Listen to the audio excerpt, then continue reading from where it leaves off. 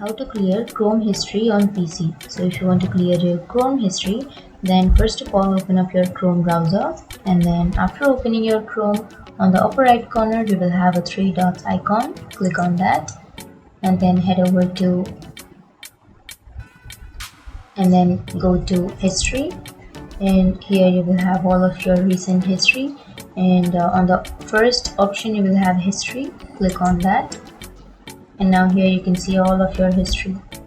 So if you want to delete individually, then you can simply click on this box which is on the left and a tick will appear. So after choosing this, you can simply go on the upper right corner which says delete and click on it, and now click on remove, and now those have been removed from your history.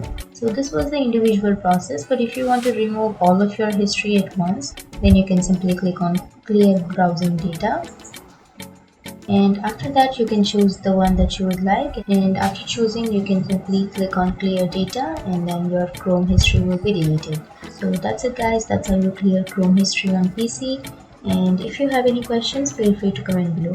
Thanks for watching.